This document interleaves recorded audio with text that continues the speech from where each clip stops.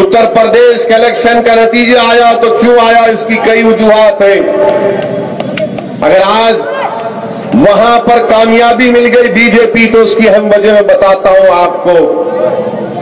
ہم لوگ صرف انصاری سید پٹھان کی بحث میں رہے تو دوسری طرف بی جے پی کے ووٹر نے کہا کہ ہاں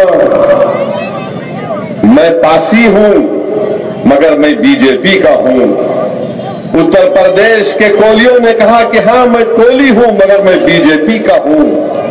اتر پردیش میں کہا کہ ہاں میں نشاد ہوں مگر میں بی جے پی کا ہوں۔ اس نے کہا کہ میں ٹھاکر ہوں مگر میں بی جے پی کا ہوں۔ کسی نے کہا کہ میں برہمن ہوں مگر میں بی جے پی کا ہوں۔ کسی نے کہا کہ میں فلاں ذات کا ہوں مگر میں بی جے پی کا ہوں۔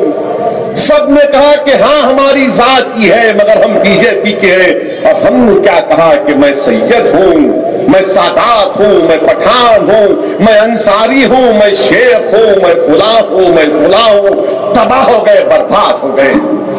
وہ ہزاروں خانوں میں وہ بٹے ہوئے ہیں مگر کہا کہ نہیں مودی ہمارا ہے۔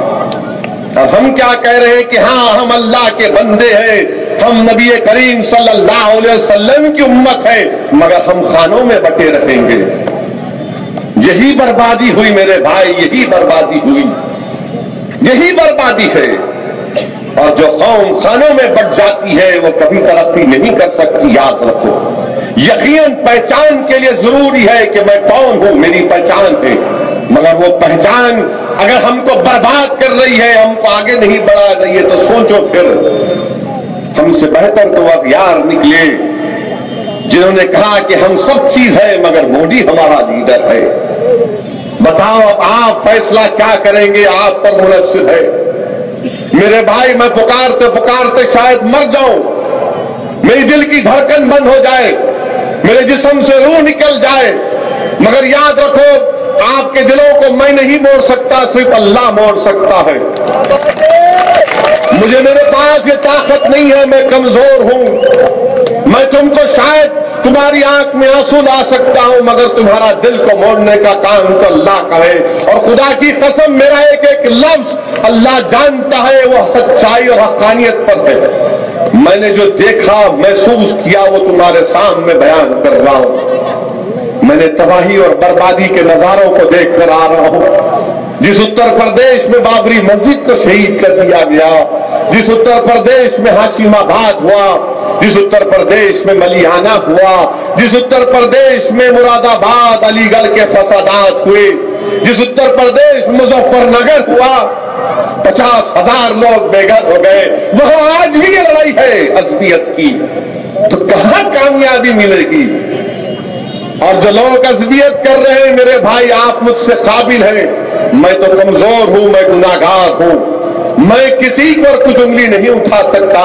میں تو صرف یہی جانتا ہوں کہ جب میں مر کر چلا جاؤں گا تو یقیناً اللہ ہم تمام کو زندہ کرے گا، اور جب جمع کرے گا اس میدان میں تو اللہ تو مجھے میری ذات کے نام سے نہیں بلائے گا، اللہ تو مجھے میری نام کے ذات سے نہیں بلائے گا کہ تو فلاں برادری کا آ جا، تو فلاں برادری کا آ جا۔ کوئی اپنی اعمال پر جنت کو نہیں جانے والا ہے، میں جانتا ہوں، مگر اعمال اچھے کرنے کی کوشش و فکر کرنا ضروری ہے۔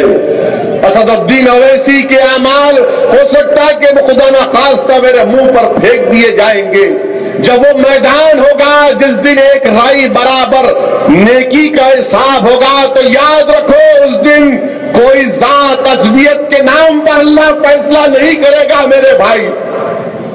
تم معاف کر لو سیاست، مگر اس دن اللہ عصبیت کے نام پر فیصلہ نہیں کرے گا۔ اللہ دیکھے گا کہ اس کے دل میں کتنا ایمان تھا، اس نے کیا نیکی کر کے آیا۔ یاد رکھو جو لوگ عصبیت کر رہے ہیں چاہے اتر پردیش ہو مالیگاؤں ہو، میں تمہارے سامنے بھیک مانگ رہا ہوں، چھوڑ دو اس کو، خدا کے لیے چھوڑ دو، ہم برباد ہو رہے ہیں، مٹ جائیں گے خدا نہ خواستہ۔ یاد رکھو تم کو اس کا اندازہ بھی نہیں ہوگا، تم کو اس کا اندازہ بھی نہیں ہوگا، تم ختم ہو کے رہ جاؤ گے۔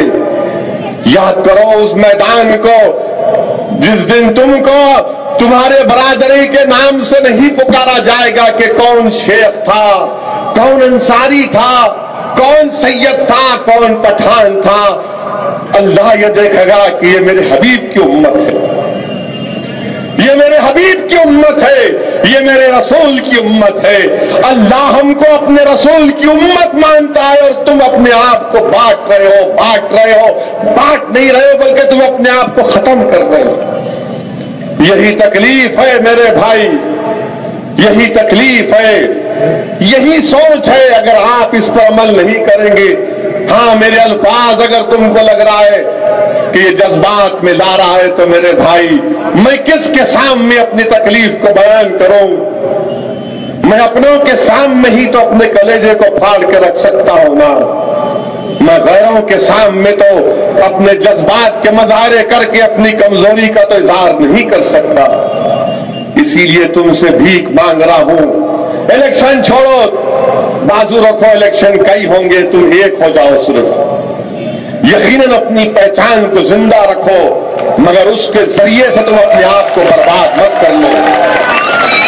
ہم کوشش کرتے رہیں گے، لڑتے رہیں گے، اور اتر پردیش میں یہی کام ہوا۔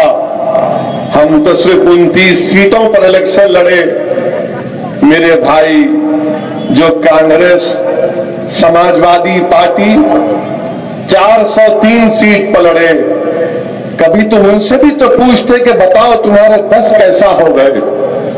کبھی سماجوادی سے پوچھتے کہ تمہارے پاس 210 تھے، تم 45 پہ کیسے آ گئے؟ کبھی بی ایس پی سے کوئی پوچھتا کہ تمہارے پاس 85 تھے، تم 25 پہ کیسے آ گئے؟ مگر مخالفین میں ہمت نہیں ہے، کیونکہ وہ ڈرتے ہیں کانگریس کی لیڈرشپ سے، وہ ڈرتے ہیں سماجوادی اور بی ایس پی سے، وہ ڈرتے ہیں مودی سے۔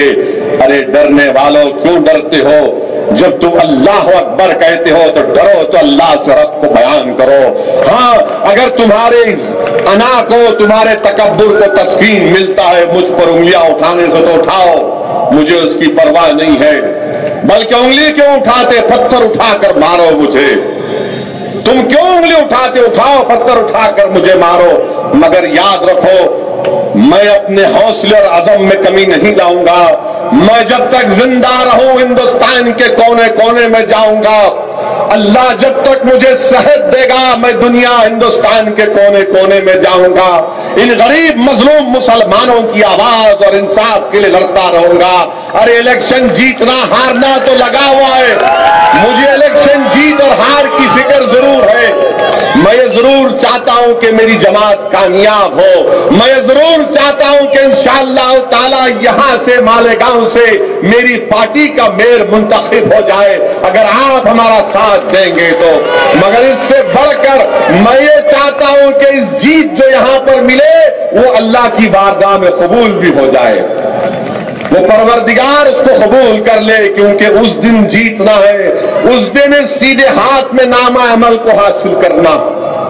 میرے عزیز دوستوں اور بزرگوں، میں نوجوانوں سے اپیل کر رہا ہوں کہ ڈرنے اور گھبرانے کی ضرورت نہیں ہے۔